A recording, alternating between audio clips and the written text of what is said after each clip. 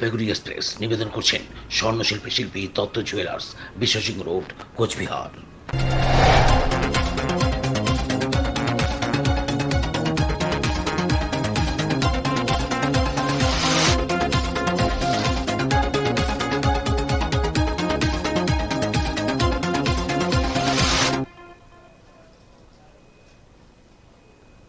নমস্কার, ডিজিটাল বাংলা জলপাইগুড়ি এক্সপ্রেসে আপনাদের সকলকে স্বাগত। চোখ রাখবো এই মুহূর্তে জলপাইগুড়ির কিছু গুরুত্বপূর্ণ খবরে।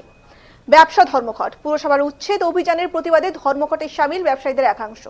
গতকাল জলপাইগুড়ি শহরে দিনবাজারে অবৈধভাবে দখল করে রাখা একাধিক ব্যবসায়ীর দোকানঘর ভেঙে দেয় পুরসভা। পুলিশকে সঙ্গে নিয়ে অভিযানে উপস্থিত ছিলেন জলপাইগুড়ি পুরসভার চেয়ারম্যান, ভাইস চেয়ারম্যান সহ পুরসভার আধিকারিক ও কর্মীরা। বেশ কয়েকটি অবৈধ নির্মাণ ভেঙে দেওয়ার পাশাপাশি 72 ঘন্টার মধ্যে রাস্তা দখল করে রাখা ব্যবসায়ীদের সরে যাওয়ার নির্দেশ দেন পুর কর্তৃপক্ষ। তারই প্রতিবাদে এদিন সকাল থেকে ধর্মঘটের ডাক দেন ব্যবসায়ীরা। একাধিক দোকানের ব্যবসায়ীরা একজোট হয়ে এদিন দোকান বন্ধ রেখে বাজারে আলোচনায় বসেন।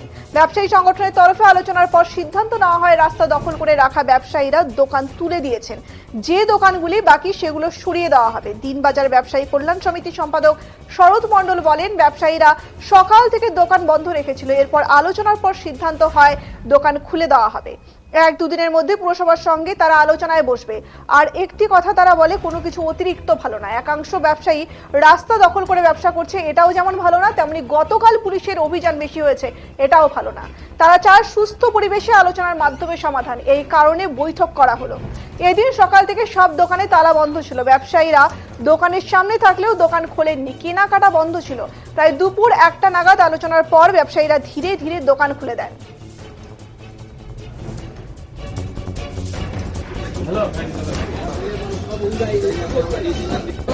ব্যবসায়ীদের কিছু ওই মিউনিসিপ্যালিটি পুলিশ প্রশাসন থেকে আসছিল, যে অসুবিধাগুলো হয়েছিল সেই অসুবিধাগুলো নিয়ে আলোচনা হইলো। আলোচনা হওয়ার পর ব্যবসায়ীরা এখন সিদ্ধান্ত নিল যে আমরা এখন থেকে দোকান খুলবো। সকাল থেকে বন্ধ রাখছিল। তারপরে পরবর্তীতে মিউনিসিপ্যালিটির সঙ্গে আমরা কমিটি বসে ব্যবসায়ীদের নিয়ে বসে আলোচনা করে যেটা সুষ্ঠু সমাধান হয় সেটাই আমরা করব। এটাই ব্যবসায়ীদের সামনে আমাদের আলোচনা হয়েছে। এখন কি দোকান খুলে যাবে? হ্যাঁ, এখন দোকান খুলে যাবে। সব ব্যবসায়ীরা এখন দোকান খুলে দেবে। তারপরে আমি এটাই বলবো যে অতিরিক্ত কোনো কিছুই ভালো না। ব্যবসায়ীরাও যেরকম মনে করেন যে বেশি একটু বাড়াবাড়ি করছে, দোকান ছেড়ে বাইরে মাল রাখছে, পুলিশ প্রশাসনও মনে করেন যে একটু বাড়াবাড়ি হয়ে গেছে ব্যাপারটা। এইবার উভয়েই এটা স্থিতিশীলতার মধ্যে রাখা উচিত। মানে কোনো কিছুই বাড়তি জিনিস ভালো না। সবকিছু লিমিটের মধ্যে থাকলে এই ধরনের পরিস্থিতি তৈরি হয় না। পুরসভা কি ভাঙতে এলে বা বাধা দেবে ব্যবসায়ীরা? ভাঙতে বাধা দেবে না, আলোচনা হবে। আলোচনা করে যেটা সুষ্ঠু সমাধান হয় সেটাই করবে। উন্নয়নের পক্ষে ব্যবসায়ীরা সবাই, আমরা সবাই উন্নয়ন চাই, কিন্তু সেটা আলোচনার মধ্যেই হবে। বলছি, আজকে কি মিউনিসিপ্যালিটিতে যাবেন? মিউনিসিপ্যালিটিতে আজকে যাবো না, আমরা আজকে এটা নিয়ে সিটি করবো, আলোচনা করবো, আলোচনা করে তারপর যাবো। বিশিষ্ট শিল্পপতি রতন টাটার স্মরণে মুম্বাইয়ের তাজ হোটেলের আদলে জায়ান্ট কেক। মাত্র 20,000 টাকায় নিলাম হবে মুম্বাইয়ের তাজ হোটেল। এমন খবরে চাঞ্চল্য ছড়িয়েছে জলপাইগুড়ি শহরে। খোঁজ নিতেই জানা গেল বাবুপাড়ায় রয়েছে এক কেক প্রস্তুতকারক সংস্থা। ক্রিসমাস উপলক্ষে ওই সংস্থা তৈরি করেছে 90 পাউন্ড ওজনের একটি জায়ান্ট ফ্রুট কেক। 25শে ডিসেম্বর কেকটির নিলাম করা হবে। অকশন প্রাইস রাখা হয়েছে 20,000 টাকা। জানা গেছে, সুগার ফ্রি কেক সহ বিভিন্ন ধরনের কেকের সাথে প্রতি বছরের একটি বিশেষ আলোচিত বিষয় নিয়ে 25শে ডিসেম্বর একটি জায়ান্ট কেক বানিয়ে থাকে এই সংস্থা এবং এই কেকটি নিলামের মাধ্যমে বিক্রি করে থাকে। এর আগে লালকেল্লা, সার্কিট বেঞ্চ, বাংলার রসগোল্লা, করোনা ভাইরাস ইত্যাদি কেকগুলি জলপাইগুড়িকে খুব হইচই ফেলেছিল। এবার তাজ হোটেল শহরবাসীর নজর কাড়বে বলে দাবি সংস্থার তরফে। 3 ফুট লম্বা আর চওড়ায় 4 ফুট এমন একটি ফ্রুট কেকের বেসের ওপর মুম্বাইয়ের তাজ হোটেলের আদলে কেকটির মডেল তৈরি করা হয়েছে। বিশিষ্ট শিল্পপতি রতন টাটার স্মৃতিতে এটি তৈরি করেছে সংস্থাটি। কারিগর অমল সরকার জানান, 90 পাউন্ড ওজন বিশিষ্ট এই কেকটি পরিমাণ মতো ময়দা, ডিম, বাটার ক্রিম, ড্রাই ফ্রুটস ইত্যাদি দিয়ে তৈরি করা হয়েছে। দুজন কারিগর মিলে 2 দিন ধরে এই কেকটিকে তৈরি করেছেন। সংস্থার কর্ণধার রঞ্জনা সাহা জানালেন, ফি বছর বহু চর্চিত বিষয়কে স্মরণীয় করে রাখতে তারা থিম কেক প্রস্তুত করেন, কিন্তু এবারের কেকটি তারা রতন টাটার স্মৃতির উদ্দেশ্যে বানিয়েছেন। বিশিষ্ট শিল্পপতির মুম্বাই তাজ হোটেল একদিকে যেমন জঙ্গি হানার সাক্ষী, অন্যদিকে করোনার সময় এই হোটেলে করোনা রোগীদের কোয়ারেন্টাইন সেন্টারে পরিণত করে চিকিৎসার কাজে ব্যবহার করতে দিয়ে প্রচুর মানুষের প্রাণ বাঁচিয়েছেন তিনি। উনি আজ নেই, কিন্তু তার তৈরি এই হোটেল বহু ইতিহাসের সাক্ষী, তাই ওনার প্রয়াণে শ্রদ্ধাঞ্জলি হিসেবে এটি তৈরি করা হয়েছে। কি নাম আপনার? আমার নাম অমল সরকার। কি তৈরি করেছেন এবার, কি উপলক্ষে? এবার আমরা তৈরি করছি মুম্বাইয়ের তাজ হোটেল।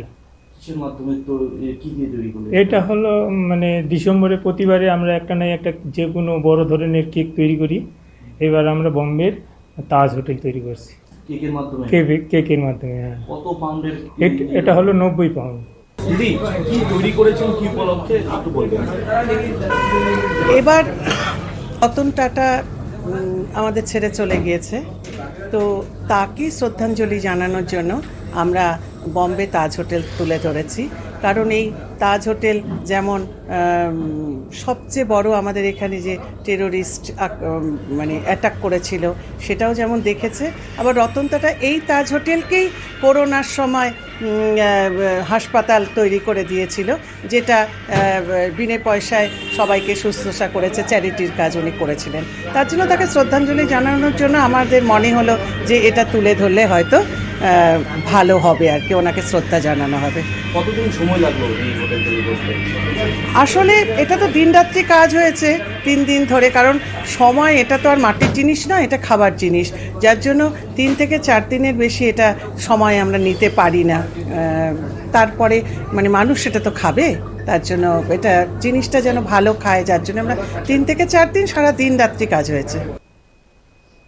দীর্ঘদিন থেকে বেহাল দশা জলপাইগুড়ি পুরসভার 1 নম্বর ওয়ার্ডের ইন্দিরা কলোনি থেকে রাজবাড়ি ক্লাবের রাস্তা। স্থানীয়দের দাবি, খানাখন্দে ভরা রাস্তার কারণে প্রতিদিন বাড়ছে দুর্ভোগ ও ছোট বড় দুর্ঘটনা। বারবার রাস্তা সংস্কারের দাবি তোলা হলেও কাজের কাজ কিছুই হয়নি এতদিন।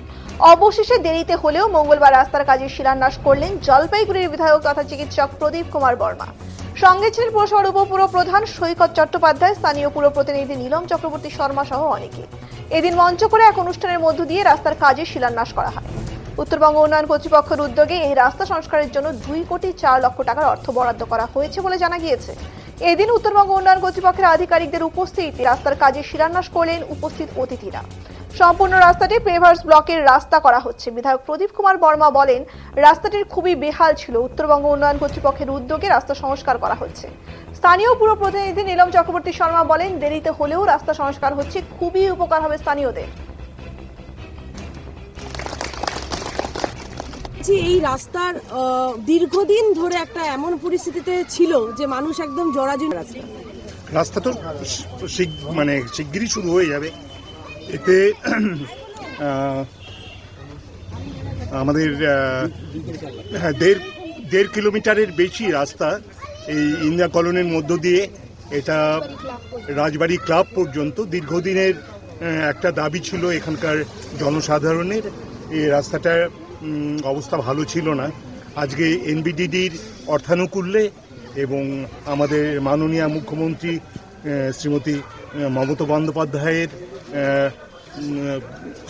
উদ্যোগে এবং আমাদের এখানকার যিনি কাউন্সিলর মাননীয়া নীলম চক্রবর্তী তার উদ্যোগে এই রাস্তাটা হচ্ছে। এটা আজকে আমার জলপাইগুড়ি পৌরসভা অন্তর্গত 1 নম্বর ওয়ার্ড এই ইন্দিরা গান্ধী কলোনি থেকে শুরু করে ভেতর দিয়ে পুরো একদম রাজবাড়ি ক্লাব পর্যন্ত প্রায় 1.5 কিলোমিটারেরও বেশি রাস্তা আজকে শিলান্যাস হলো উত্তরবঙ্গ উন্নয়ন দপ্তরের মাধ্যমে এবং বিধায়ক শ্রী প্রদীপ কুমার বর্মার সহযোগিতায় এই রাস্তাটি আজকে শিলান্যাস হলো।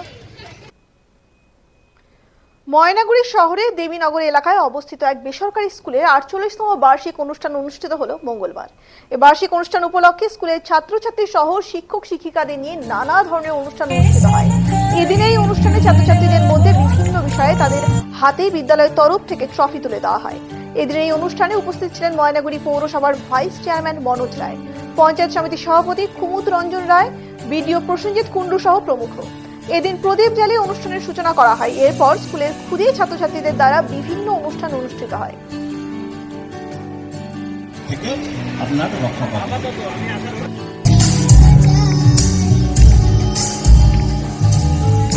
Our school provides education children from class to class 5.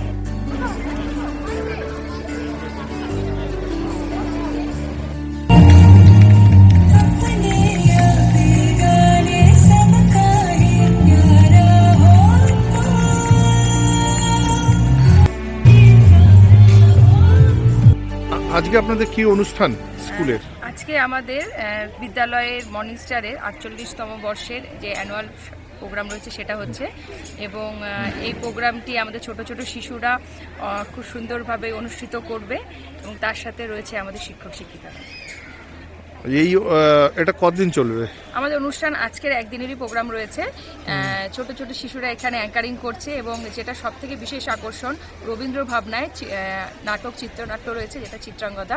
সেটা এই স্কুলের বিভিন্ন প্রোগ্রামেই আমি আছি, মানে অত্যন্ত ভালো মানের স্কুল, কারণ এখানে শুধু লেখাপড়া না, লেখাপড়ার পাশাপাশি খেলাধুলা এবং সাংস্কৃতিক চর্চা এটা সারা বছর ধরে এটা হয়।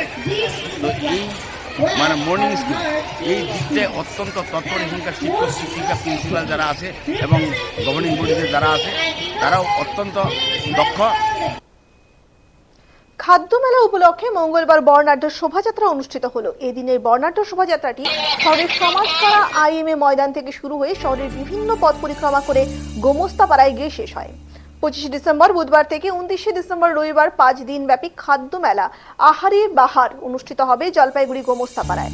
উক্ত মেলায় গ্রাম পঞ্চায়েতের স্বনির্ভর গোষ্ঠীর মহিলাবৃন্দদের তৈরি বিভিন্ন ধরনের ঐতিহ্যবাহী খাদ্যের সমাহার থাকবে খাদ্য মেলায়।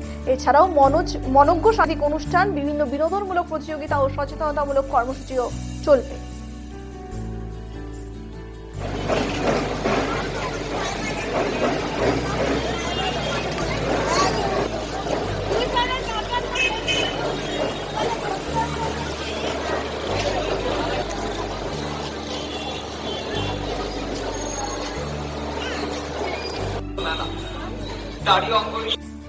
থাকবে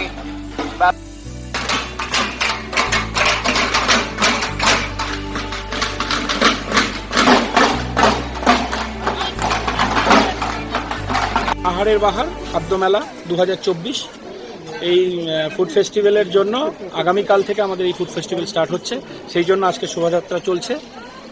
আজকে আমাদের অরবিন্দর সমস্ত স্বনির্ভর দলের যে মহিলারা আছে সেই মহিলারা আজকে আমাদের এই শোভাযাত্রায় অংশগ্রহণ করছে। এখনকার মতো এই পর্যন্তই। জলপাইগুড়ি জেলার সমস্ত খবর দেখতে চোখ রাখুন ডিজিটাল বাংলার পর্দায় প্রতিদিন সন্ধ্যে 7টায়। ডিজিটাল বাংলা, আগে ভাগে সবার আগে। প্রতিদিন বদলায় পৃথিবী, গ্রাম হোক বা শহর, জল হোক বা পাহাড়। আপনার বিশ্বস্তের উৎস সহ বিশ্বজুড়ে ঘটে যাওয়া প্রতিটি ঘটনার জন্য আমাদের শহর জলপাইগুড়ির কেন্দ্র থেকে শুরু করে জেলার দূরতম প্রান্ত আমরা নিয়ে আসি আপনার কাছে গুরুত্বপূর্ণ সব খবর।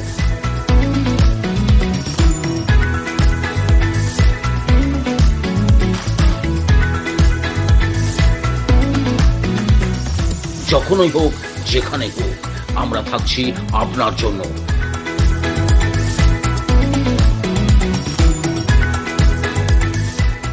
প্রতিদিন সন্ধ্যে 7টায় আমাদের সঙ্গে থাকুন সর্বপ্রথম খবরে, গভীর বিশ্লেষণ এবং শিরোনামের পেছনের গল্পগুলো জানতে।